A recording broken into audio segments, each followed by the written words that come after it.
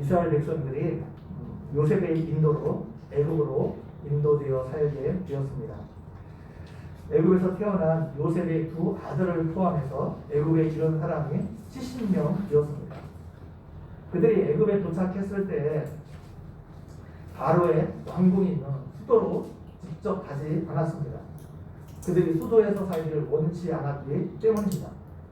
수도에서 멀리 떨어진 오셋 땅에서 그들이 정착해 살았습니다.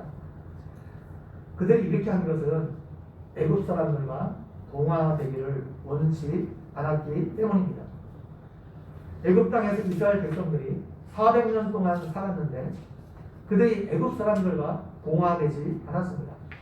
그들의 민족의 정체성과 신앙의 정체성을 지킬 수 있었습니다. 여러분, 이것은 기적 같은 일이 아닐 수 없습니다. 400년 동안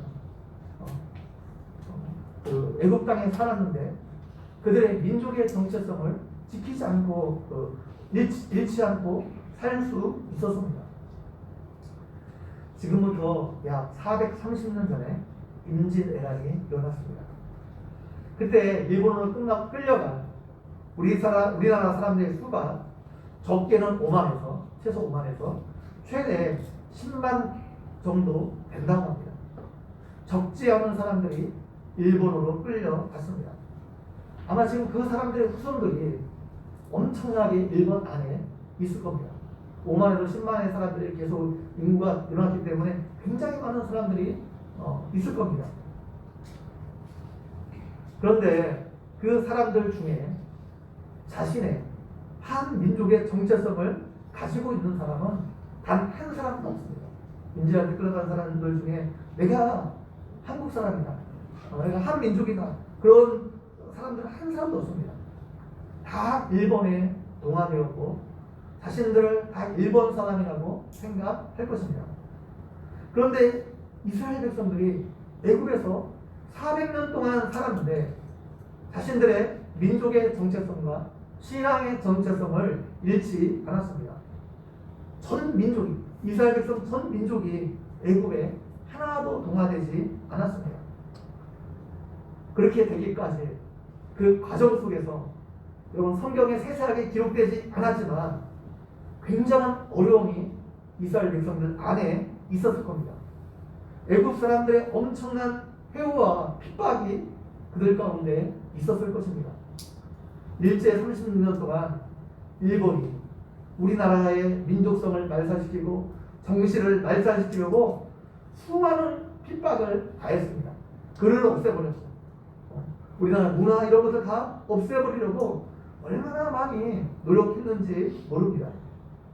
그것처럼 이스라엘 백성들에게도 애굽에서 살아갈 때 엄청난 어려움들이 있었을 겁니다.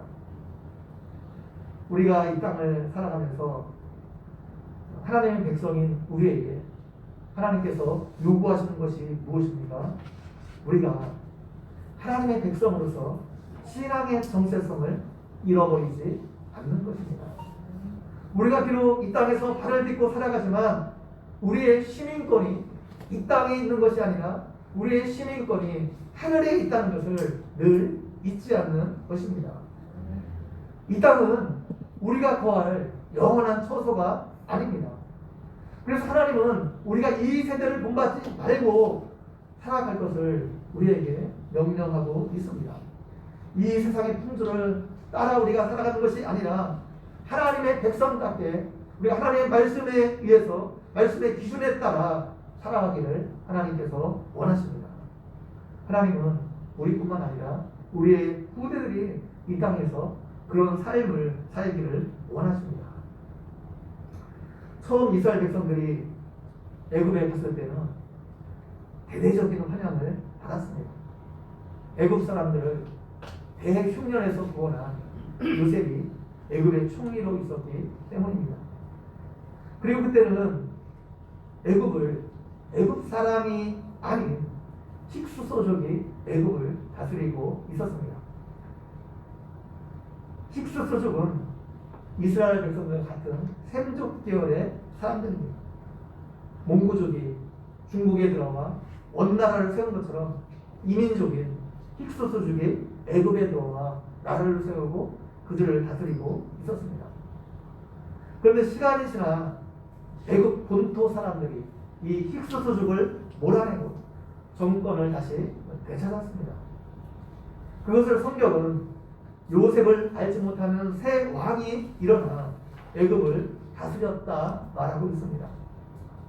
이때부터 이스라엘 백성들에게 고난의 삶이 시작되었습니다. 엄청난 핍박이 그들에게 가해졌습니다. 모세가 태어날 쯤에는 이스라엘 백성들이 남자 아이를 낳아 기르는 것조차 허락되지 않았습니다. 힉스수족이 그대로 애굽을 통치했다면 이스라엘 백성들이 애굽 땅에서 편안하게 잘 살 수 있었을지도 모릅니다.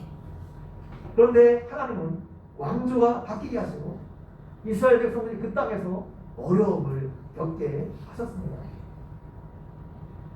왜 하나님은 이스라엘 백성들이 애굽 땅에서 어려움을 겪게 하셨을까요? 이스라엘 백성들이 궁극적으로 가야 할 땅은, 궁극적으로 거주해야 할 땅이 애굽 땅이 아님을 보여주기 위해서입니다. 하나님께서 원하시는 것은 이스라엘 백성들이 애굽 땅을 떠나는 것입니다. 하나님이 그들에게 약속하신 약속의 땅으로 그들을 인도하는 일입니다. 만약 이스라엘 백성들이 애굽 땅에서 잘 먹고 잘 살았다면 이스라엘 백성들이 절대로 가나안 땅을 생각하지 않았을 겁니다. 가나안 땅을 사모하지 않았을 겁니다. 그들이 절대로 애굽 땅을 떠나지 않았을 것입니다. 애굽 땅은 그들이 태어난 고향 땅이고 그들이 그곳에서 나고 자랐기 때문입니다. 결국 그들이 애굽 땅을 떠나려 하지 않았을 것입니다. 그러나 그들이 애굽 땅에서 고난을 당하자, 노예로서 엄청난 그런 힘든 사람들을 만나게 되자 그들이 애굽 땅을 미련 없이 떠나 가나안 땅으로 향하게 되었습니다. 아마 가능하면 빨리 가나안 땅으로 가고 싶었을 것입니다. 그렇기 때문에 이스라엘 백성들이 애굽에서 고난을 당한 것도 하나님의 섭리 가운데 그 일이 일어났음을 알 수 있습니다. 그렇다고 하나님께서 일부러 이스라엘 백성들에게 고난을 주신 것이 아니죠. 이스라엘 백성들이 그 땅에서 고난 당하는 것을 하나님이 허용하신 것입니다. 하나님이 그것을 막을 수도 있었지만 그렇게 하시지 않고 이스라엘 백성들이 고난 당하도록 그 일을 허용하셨습니다. 하나님께서 하나님의 자녀인 우리들에게도 이 땅에서 고난을 허용하시는 이유가 무엇입니까? 그것이 일어나지 않도록 충분히 막으실 수 있는데 그렇게 하시지 않고 때로는 우리가 고난 당하도록 허용하시는 이유가 무엇입니까? 그것이 우리에게 유익되기 때문입니다. 이 땅이 우리가 거할 영원한 처소가 아님을 깨닫게 하기 위해서입니다. 우리가 살아가는 이 땅이 진정한 소망의 대상이 아님을 깨닫게 하기 위해서입니다. 그래서 하나님은 우리로 고난당하게 하심으로 우리가 끊임없이 하나님을 바라보게 하시고 하나님 계신 천국을 소망하게 만드십니다. 이스라엘 백성들이 애굽 땅에서 힘들게 살았지만 그러나 계속해서 그 땅에서 번성했습니다. 애굽 땅에서 번성하는 것이 하나님의 뜻이었기 때문입니다. 하나님께서 믿음의 세상들에게 약속하신 그 언약을 애굽 땅에서 지금 하나님이 이루고 계셨습니다. 이것이 하나님께로부터 말미암았기 때문에 어떠한 세력도 하나님의 언약이 이루어지는 것을 막을 수 없었습니다. 아무리 강력한 힘을 가지고 있는 사람들이 신으로 추앙할 정도로 엄청난 권력을 가지고 있는 바로도 하나님의 언약이 애굽 땅에서 이루어지는 것을 막을 수 없었습니다. 하나님께서 이스라엘 백성들과 함께 계셨고 하나님께서 그 약속하신 것을 신실하게 이루어가고 계셨기 때문입니다. 이스라엘 백성들이 계속 번성하자 애국 사람들이 위협을 느끼기 시작했습니다. 만약 이것을 계속 방치해 두게 되면 외부에서 적이 쳐들어왔을 때 이스라엘 백성들이 그들과 내통하게 되면 나라 전체가 위험해질 수 있습니다. 이스라엘 백성들이 더 강성해지면 그들이 혁명을 일으키고 나라를 뒤집을 수도 있을 것입니다. 그래서 애국 입장에서는 어떻게 해서든지 이스라엘 백성들이 번성하는 것을 막아야 했습니다. 그래서 애국왕 바로가 집요하게 이스라엘 백성들을 핍박하기 시작했습니다. 바로가 첫 번째 한 일이 이스라엘 백성들에게 힘든 일을 시키는 것이었습니다. 국구성을 건축하는 일에 이스라엘 백성들을 동원했습니다. 흙이 기는 일과 벽돌 굽는 일과 힘든 농사일도 이스라엘 백성들에게 시켰습니다. 그들을 고통스럽게 하면, 그들을 힘들게 하면 더 이상 아이를 낳지 않을 것이라 생각했습니다. 그러나 바로의 뜻대로 잘 되지 않았습니다. 혹독하게 일을 시키면 시킬수록 이상하게도 이스라엘 백성들은 계속해서 번창했습니다. 계속해서 수가 늘어났습니다. 하나님께서 그들과 함께 하셨기 때문입니다. 두 번째로 바로가 한 일이 히브리 산파들에게 명령을 내려 남자아이가 태어나면 죽이고 여자아이가 태어나면 살리라 엄하게 명령했습니다. 은밀하게 이스라엘 백성의 숫자가 늘어나는 것을 막아보려 한 것입니다. 그런데 히브리 산파들이 바로의 명령보다 하나님을 더 두려워했습니다. 그래서 남자아이가 태어나도 죽이지 않았습니다. 바로가 왜 죽이지 않았냐고 히브리 산파들을 불러 책망했습니다. 그러자 히브리 산파들은 히브리인들은 애국 사람들과 같지 않아서 그들이 공감하기 때문에 산파가 도착하기 전에 아이를 낳습니다.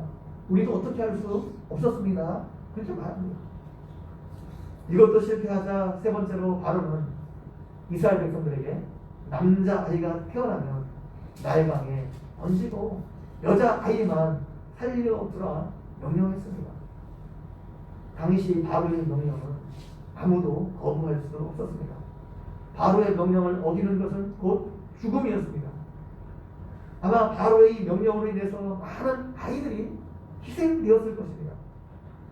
실제로 바로의 이 명령으로 이스라엘 백성의 숫자가 늘어나는 것이 어느 정도 억제되었을 수도 있습니다. 그러나 이 명령 때문에 나중에 애국이 거의 멸망할 뻔했습니다. 민족 자체가 이 땅에서 사라질 뻔했습니다. 이 명령으로 인해 모세가 애굽의 왕궁에서 이스라엘 백성들의 지도자로 자랄 수 있었고 그 모세를 인해서 이스라엘 백성들이 출애굽할 수 있었습니다.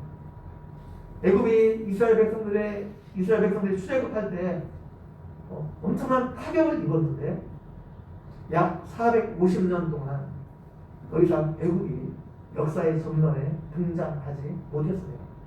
얼마나 그 나라가 큰 타격을 입었는지 제대로 된 그 나라 구실을 하지 못했습니다.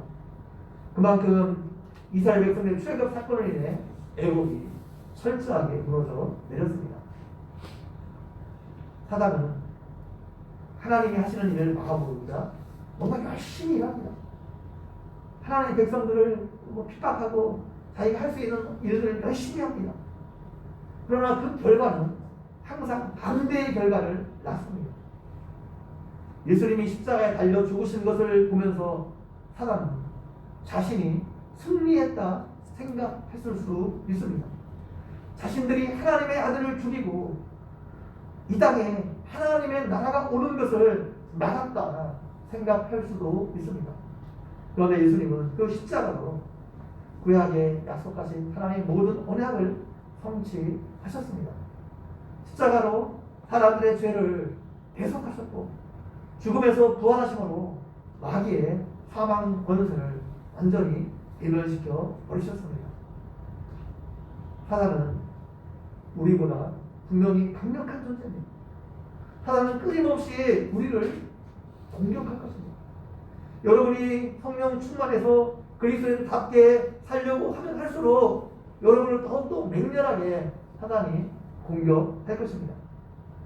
그러나 그 사단의 공격을 두려워하지 마시기 바랍니다. 사단이 아무리 열심히 여러분을 공격해도 결국은 그 일이 하나님의 일을 해주는 꼴이 되고 말 것입니다. 열심히 무엇인가 하긴 했는데 결국 일의 결국을 보게 되면 그것으로 인해 하나님의 언약이 성취되는 경험을 하게 될 것입니다. 그렇기 때문에 우리는 사단의 공격을 두려워할 필요가 없습니다. 결국 그것을 통해서도 하나님은 하나님의 일을 이어갈 것이기 때문입니다. 오늘 본문은 이스라엘 백성들이 출애굽할 때 쓰임 받았던 모세가 어떻게 출생했는지 그 배경에 대해서 우리에게 보여주고 있습니다. 남자아이가 태어나면 죽이라는 이 바로의 명령이 떨어졌을 때 네 족속 중에 한 가정에서 아이를 가졌습니다. 보통 상황이었다면 임신으로 인해서 그 가정에 큰 기쁨이 있었을 것입니다. 그러나 이 부부는 임신한 것이 전혀 기쁘지 않았습니다. 잘못하면 태어난 아기를 자기 손으로 죽여야 할지도 모를 상황이었습니다. 임신 기간 내내 이 부부는 뱃속에 있는 아이가 남자아이가 아니기를 기도했을 것입니다. 여자가 태어나기를 간절하게 기도했을 것입니다. 그래야 아이를 정상적으로 기를 수 있기 때문입니다. 보통 아이가 태어나면 아이의 손가락 개수와 발가락 개수 이런 것이 몇 개인지 세어봅니다. 아이가 정상적인 아이인지 확인하기 위해서입니다. 그런데 모세의 부모는 아이가 태어나자마자 남자인지 여자인지를 먼저 확인했습니다. 확인해보니 남자아이였습니다. 일반적인 상황이었다면 너무 기뻤을 것입니다. 유대인들도 과거 우리나라처럼 남아 서원호 사상이 있어서 우리나라보다 훨씬 더 남아 서원호 사상이 뿌리 깊었습니다. 그래서 아주 귀하게 여겼습니다. 그런데 이들 부부는 남자아이가 태어난 것이 하나도 기쁘지 않았습니다. 집안 전체가 초상집이 되었습니다. 이제 아이를 죽이지 않으면 집안 전체가 위험해질 수 있었기 때문입니다. 그런데 이들 부부에게는 믿음이 있었습니다. 모든 시각을 사람의 시각으로 보지 않고 믿음의 시각으로 그것을 보았습니다. 믿음의 시각으로 보았다는 것은 하나님의 시각으로 그 모든 것을 보았다는 것을 말합니다. 믿음의 시각으로 보니까 상황이 전혀 다르게 보았습니다. 사람의 시각으로 보면 이 태어난 아이가 절망적입니다. 아이를 죽여야 됩니다. 그래야 가족이 살 수 있습니다. 이 아이가 더 이상 하나님의 축복이 아니라 가족의 저주입니다. 그런데 믿음의 시각으로 보니까 이 아이가 잘생겨 보였습니다. 히브리서 기자는 이 부모가 보기에 이 아이가 아름다운 아이였다 말하고 있습니다. 이것은 아이가 단순히 이쁘고 귀여웠다는 말이 아닙니다. 물론 아이가 태어났기 때문에 정말 이쁘고 귀여웠을 것이죠. 그러나 여기서 잘생겼다는 말이 히브리어로 토브인데도 하나님께서 선지를 창조하시면서 그 창조하시는 하나님이 보시고 하나님 보시기에 좋았더라 말씀하고 있습니다. 이때 좋았더라 이 말이 토브입니다. 모세의 부모가 믿음의 시각으로 보니까 태어난 아이가 하나님 보시기에 좋은 아이였습니다. 이 아이를 통해 하나님께서 특별한 일을 하실 것 같은 느낌을 이 부모가 받았습니다. 하나님께서 이 아이를 책임져 주실 것이라는 믿음이 이 부모에게 생겼습니다. 그러자 두려움이 사라지고 부모에게 담대함이 생겼습니다. 죽음을 무릅쓰고 아이를 몰래 키우기 시작했습니다. 하나님의 계획 가운데 태어난 아이임을 보고 이 아이를 위해서 어떠한 대가라도 지불할 생각을 이 부모가 했습니다. 믿음의 시각으로 보니까 상황은 분명히 절망적인 상황인데, 인간적으로 보게 되면 절망적인 상황인데, 그 절망적인 상황 속에서도 소망이 생겼습니다. 이 아이가 하나님의 뜻을 짊어지고 태어난 아이다, 이런 생각이 부모의 마음 가운데 들자 아이를 바라보는 관점이 완전히 달라지게 되었고, 아이를 키우는 방식이 완전히 달라지게 되었습니다. 우리도 모세의 부모처럼 모든 것을 하나님의 관점으로 바라보는 것이 필요합니다. 하나님의 시각으로 모든 문제를 바라보는 것이 필요합니다. 하나님의 관점으로 어떤 그 문제를 바라보게 되면 전혀 새롭게 그 문제가 보일 수 있습니다. 사람들이 고난 가운데 낙심하는 것은 그 고난을 세상적인 시각으로 바라보기 때문에 그렇습니다. 고난이 우리를 힘들게 하는 것만 생각하기 때문에 그렇습니다. 그러나 그 고난을 믿음의 시각으로 보면 전혀 다르게 보일 수 있습니다. 하나님의 시각으로 고난을 바라보면 그 고난 가운데도 하나님의 뜻이 있음을 보게 됩니다. 그 고난을 통해서 하나님이 하실 일을 우리가 기대하게 됩니다. 고난 가운데도 함께 하시는 하나님의 손길을 우리가 느낄 수 있습니다. 모세의 부모에게 그런 믿음이 있었기 때문에 바로의 명령을 무수하지 아니하고 석 달 동안 아이를 키울 수 있었습니다. 모세의 부모가 믿음으로 모세를 키웠지만 인간적으로 더 이상 어떻게 할 수 없는 상황이 되었습니다. 그래서 갈대 상자를 만들었습니다. 갈대 상자를 만들었다는 것은 이제 믿음으로 온전히 모세를 하나님께 맡겼다는 것을 말합니다. 상자는 히브리어로 테바인데, 노아의 홍수에 나오는 방주를 일컬을 때 똑같은 단어 테바가 사용되었습니다. 방주가 히브리어로 테바입니다. 방주는 우리가 생각하는 일반적인 배가 아닙니다. 방주 안에는 선장도 없었고 키도 없었고 배를 전진하게 하는 노도 없었습니다. 이것은 방주가 사람의 힘에 의해서 움직이는 배가 아니라는 것을 보여줍니다. 방주는 사람이 목적하는 방향으로 움직이는 배가 아닙니다. 하나님이 목적하신 방향으로 움직이는 배입니다. 그래서 방주를 만들었다는 것은 나의 생각과 나의 방법과 나의 모든 것을 포기했다는 것을 말합니다. 나의 모든 것을 포기하고 내 생각과 내 방법과 내 모든 것을 포기하고 온전히 그 문제를 하나님께 맡겼다는 것을 말합니다. 그래서 갈대 상자는 더 이상 사람의 목적이 아니라 하나님의 목적이 이끌어가는 상자입니다.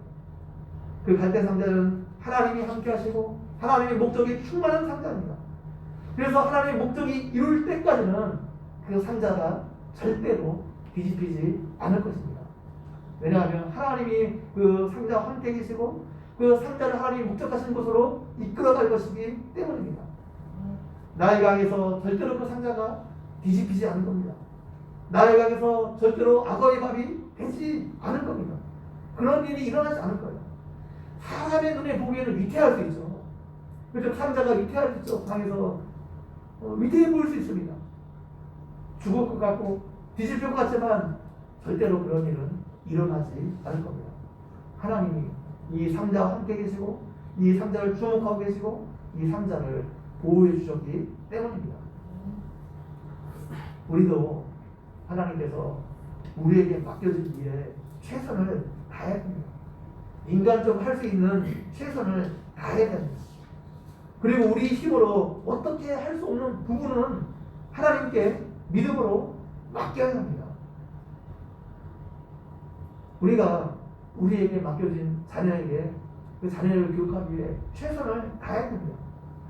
근데 그 자녀를 키우다 보면 여러분 우리 힘으로 할 수 없는 한계가 분명히 있습니다. 그것을 하나님께 맡겨야 됩니다. 그럼 우리가 우리에게 맡겨진 하나님의 교회를 세우기 위해서 우리가 할 수 있는 인간적으로 할 수 있는 최선을 다해야 됩니다. 그러다가 우리 힘으로 어찌할 수 없는 부분이 있는데 그것을 하나님께 맡겨야 됩니다. 우리의 주변에 일어나는 모든 일도 마찬가지입니다. 우리의 가정도, 우리의 사업도, 직장에서의 일도 우리가 맡겨진 일에 우리가 할 수 있는 한 최선을 다해야 됩니다. 그리고 우리의 힘으로 어찌할 수 없는 상황이 생기게 되면 그것을 하나님께 온전히 믿음으로 맡겨야 됩니다. 그것이 갈대 산다입니다. 사람들이 하나님께 맡겨야 될 부분을 맡기지 못하기 때문에 우리가 신앙생활 하면서 참 어려운 것입니다. 하나님께 맡겨야 될 부분을 어떻게 자기 힘으로 해보려고 하기 때문에 우리 신앙생활이 어려운 것입니다.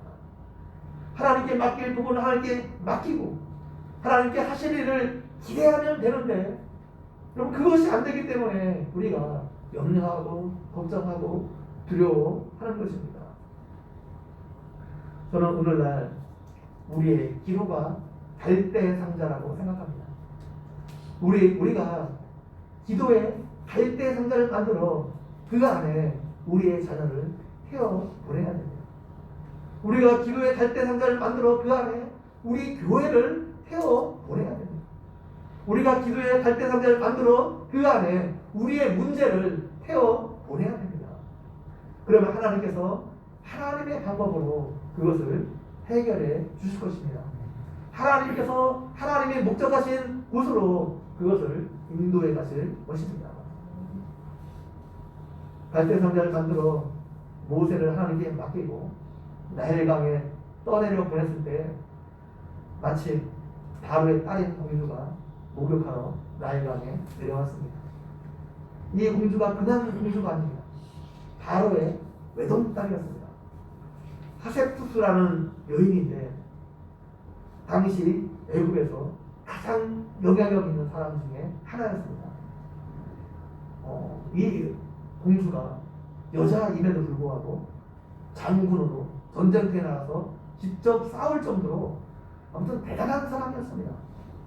그런데 이 공주에게 아들이 없었습니다.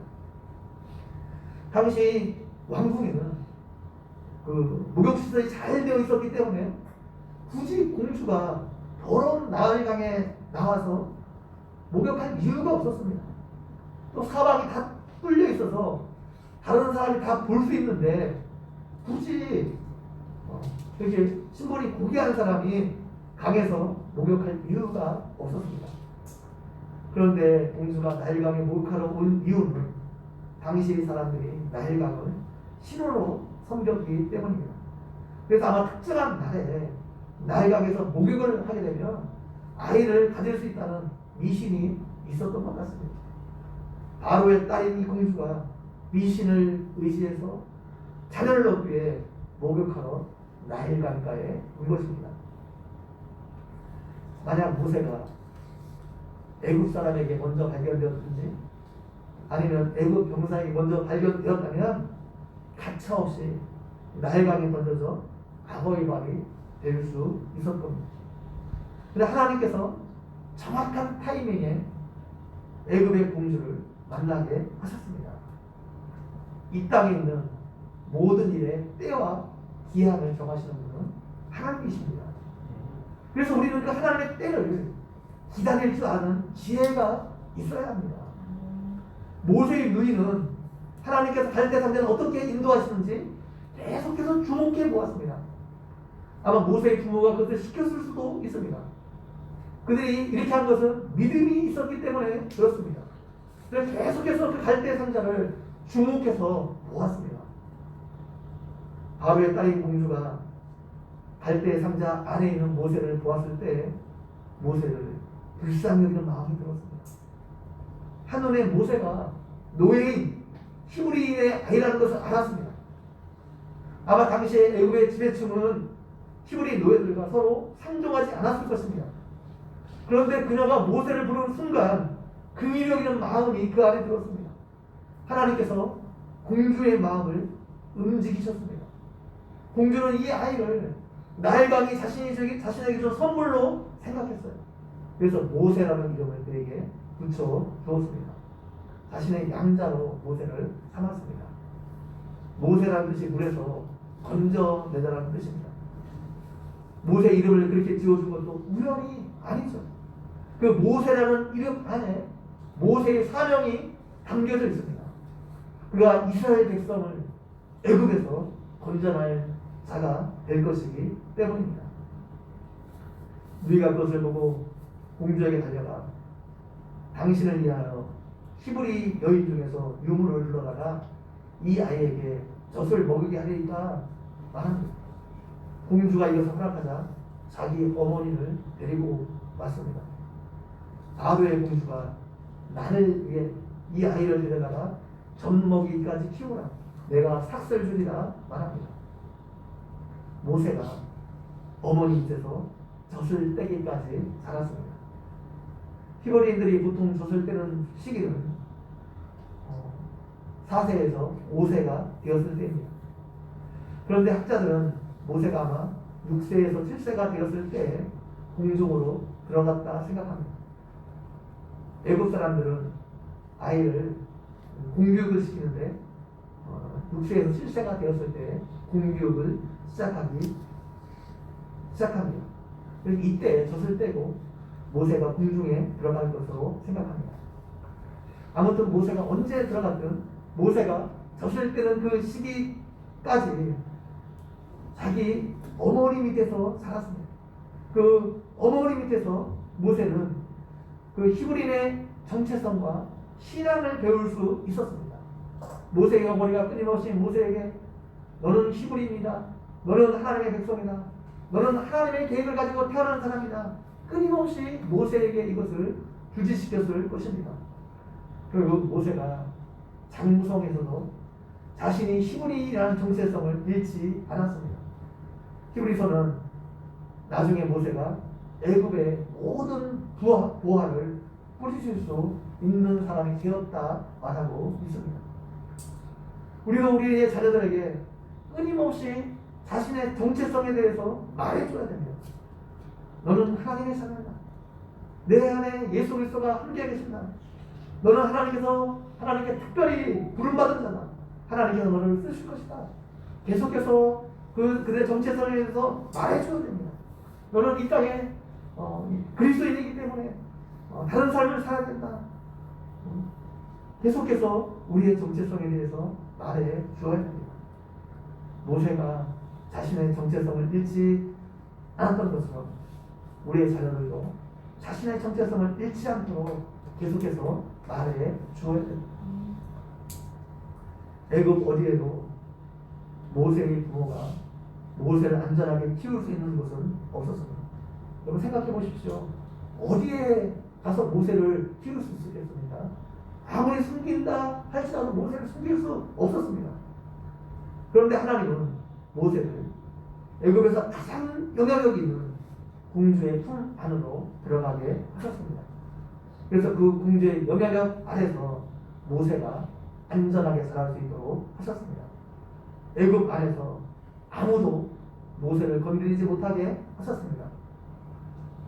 갓 태어난 모세를 키우는데 애굽의 모든 환경은 최악의 환경이었습니다. 여러분 모세가 태어날 때보다 자녀를 키우기 더 어려운 환경은 없습니다. 태어나자마자 죽일 수밖에 없는 그런 최악의 환경이었습니다. 그런데 하나님께 그 모세를 믿음으로 맡겼더니 하나님께서 최고의 환경으로 완전히 그 환경을 바꾸어 주셨습니다. 그가 애굽 왕궁에서 당대 최고의 교육을 받게 하셨습니다. 믿음으로 갈대 상자를 만들어 하나님께 맡겼더니 하나님께서 최상의 길로 그 길을 인도해 주셨습니다. 하나님께서 기적적으로 그 앞길을 인도해 주셨습니다. 많은 사람들이 현재의 대한민국에서 돈이 없으면 자녀를 키울 수 없다고 말합니다. 여러분 그러나 이것은 사실이 아닙니다. 돈으로 자녀를 키우는 것이 아닙니다.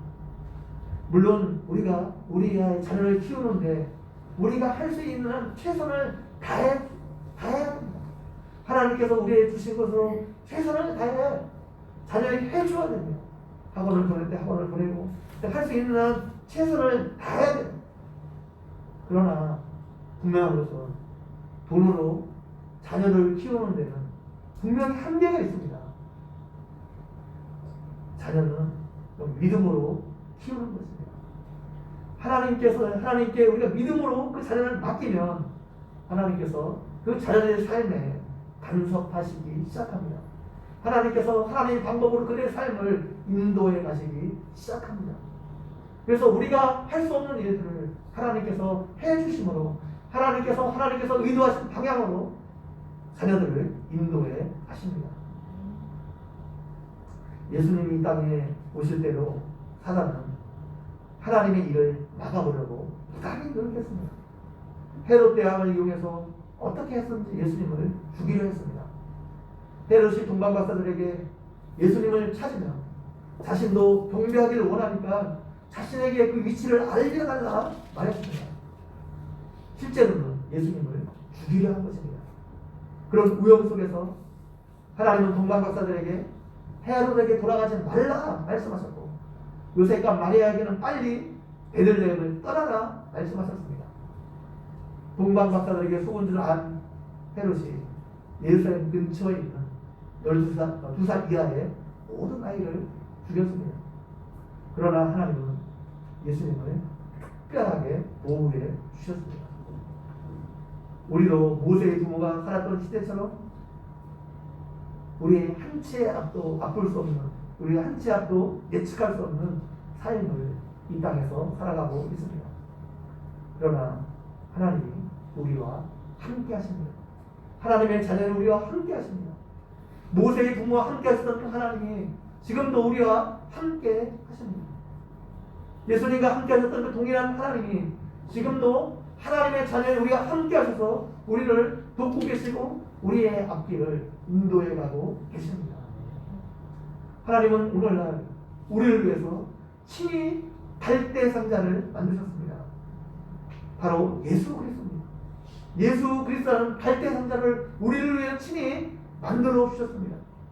우리가 예수 그리스도라는 갈대 상자 안에 있기 때문에 우리는 안전할 수 있습니다. 아무리 세상에서 사단이 우리를 공격하고 우리를 넘어뜨리려 하고 우리를 죽이려 하고 계속해서 세상적인 파도와 물결과 바람이 우리를 엄습하지만 우리가 예수 그리스도 하나님이 만드신 갈대 상자 안에 있기 때문에 우리는 안정할 수 있습니다. 하나님께서 목적하신 그 천국에 다다를 때까지 하나님께서 우리를 인도해 가실 것입니다. 결국엔 그리스도 안에서 하나님께서 계획하신 모든 일들이 우리를 통해서 이루어질 것입니다. 여러분을 힘들게 하는 상황이 있을 수 있어요. 살아가다 보면 우리가 문제가 있을 수 있습니다. 네, 우리가 그 문제만 보지 말고 여러분과 함께 계신 그 하나님을 믿음의 눈으로 바라보시기 바랍니다. 여러분의 그 문제를 하나님께 맡기시기 바랍니다. 그럼 하나님께서 하나님의 방법으로 여러분의 삶을 인도해 가실 것입니다. 여러분이 믿음으로 참고 인내하는 여러분이 기도로 믿음으로 그 갈대 상자를 만들어 하나님께 맡기게 되면 하나님께서 하나님께 목적하신 방향으로 여러분의 삶을 인도해 가실 것입니다. 믿음으로 참고 인내하면 마침내 하나님의 역사를 경험하게 될 것입니다. 또 여러분 하나님이 만드신 예수 그리스도라는 그 갈대 상자 안에 있음을 기억하시기 바랍니다. 아무리 세상이 요동치고 여러분을 무너뜨리려고 이렇게 노력한다 할지라도 여러분은 결코 무너지지 않을 겁니다. 반드시 하나님께서 목적하신 그 방향으로 목적지로 여러분을 이끌어 주실 것입니다. 이것을 기억하고 어떠한 형편에서도 흔들림 없는 신앙생활을 나가는 여러분 모두가 되기를 주님의 이름으로 간절히 축원드립니다. 기도드리겠습니다. 하나님 아버지, 오늘도 말씀을 통해서 우리에게 은혜 베풀어 주신 것 너무나 감사합니다. 하나님 아버지, 우리가 이 땅을 살아가면서 여전히 우리 가운데 문제가 있지만 또 문제만 보지 않게 도와주시고 믿음의 시각으로 그 문제를 바라보고서 또 문제 가운데도 함께 계신 그 하나님을 우리가 바라볼 수 있도록 인도해 주시기를 원합니다. 하나님 아버지, 우리 힘으로 해결할 수 없는 문제를 만나게 되었을 때 온전히 하나님 아버지 믿음으로 그것을 하나님께 내어 맡기게 도와주시고 하나님이 우리를 위해서 하실 일들을 기대하며 문제 가운데 여전히 소망 가운데 거하는 우리가 되어줄 수 있도록 함께해 주시기를 원합니다. 하나님, 우리가 정말 예수 그리스도라는 그 갈대 상자, 하나님 만드신 갈대 상자 안에 우리가 있음을 기억하게 도와주시고 아무리 세상적인 그런 파도와 물결이 또 사단이 우리를 공격한다 할지라도 우리가 결국 넘어지지 않고 하나님이 목적하신 목적지까지 반드시 다다를 것을 기억하고 우리에게 주어진 믿음의 경주를 담대하게 달려가는 우리 모두가 되어줄 수 있도록 함께해 주시길 원합니다. 감사합니다. 예수님의 이름으로 기도드리옵나이다.